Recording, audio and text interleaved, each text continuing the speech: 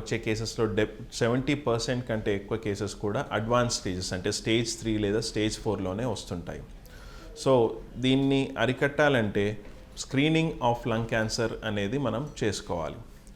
ఒకవేళ ఒక patient 50 years age కంటే ఎక్కువ ఉన్న వాళ్ళు కానివ్వండి, లేదా స్మోకింగ్ హిస్టరీ అంటే ఒక 15 లేదా 20 సంవత్సరాల నుంచి స్మోకింగ్ హిస్టరీ ఉన్న వాళ్ళు కానివ్వండి, వీళ్ళకి లంగ్ క్యాన్సర్ వచ్చే ప్రమాదం ఎక్కువగా ఉంటుంది.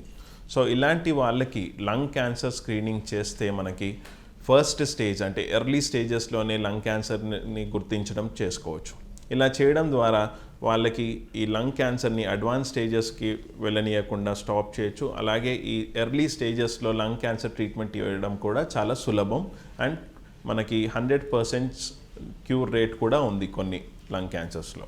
సో లంగ్ క్యాన్సర్ స్క్రీనింగ్ అంటే ఏంటి? లంగ్ క్యాన్సర్ స్క్రీనింగ్ అంటే ఒక లో డోస్ సిటీ స్కాన్ ద్వారా లంగ్స్లో ఏమన్నా ప్రీ మ్యాలిగ్నెంట్ లేదా మ్యాలిగ్నెంట్ కండిషన్స్ ఏమైనా ఉన్నాయా అనేది మనం చూస్తాం.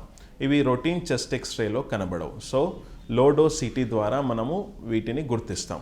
సో ఏ పేషెంట్స్కి ఇవి చేయాలి? నేను ఆల్రెడీ చెప్పినట్టుగా ఒక పేషెంట్ 50 ఇయర్స్ కంటే ఏజ్ ఎక్కువ ఉన్నవాళ్ళు, వాళ్ళ 15 లేదా 20 సంవత్సరాల నుంచి స్మోకింగ్ చేస్తున్న వాళ్ళు కానివ్వండి, లేదా వాళ్ళకి ఊపిరితిత్తులకు సంబంధించిన symptoms like more than 1 month cough ఉండడం, లేదా దగ్గినప్పుడు బ్లడ్లో తెమడలో బ్లడ్ రావడం, ఇలాంటి సిమ్టమ్స్ ఉన్న వాళ్ళకి మనం లో డోస్ సిటీ స్కాన్ ద్వారా లంగ్ క్యాన్సర్ని తొందరగా స్క్రీన్ చేసి ఎర్లీ స్టేజెస్లోనే పికప్ చేయొచ్చు.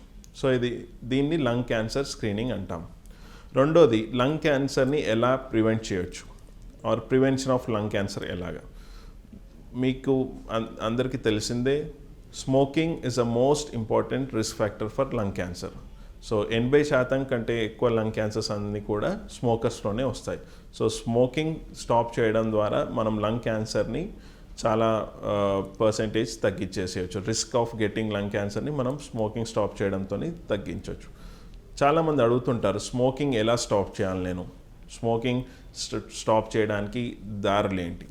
So first of all, nicotine replacement therapy.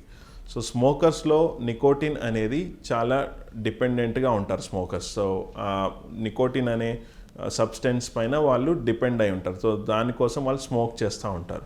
So ఈ నికోటిన్ని సిగరెట్ రూపంలో కాకుండా వాళ్ళకి చూయింగ్ గమ్స్ ద్వారానో, లేకపోతే నికోటిన్ రీప్లేస్మెంట్ థెరపీ అంటే స్కిన్ ప్యాచెస్ ద్వారానో ఇస్తే వాళ్ళు ఈ స్మోకింగ్ అనేది స్టాప్ చేయవచ్చు.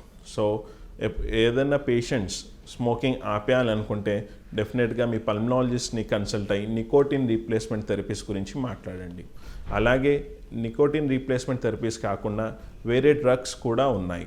So the most important thing is stop smoking to prevent lung cancer.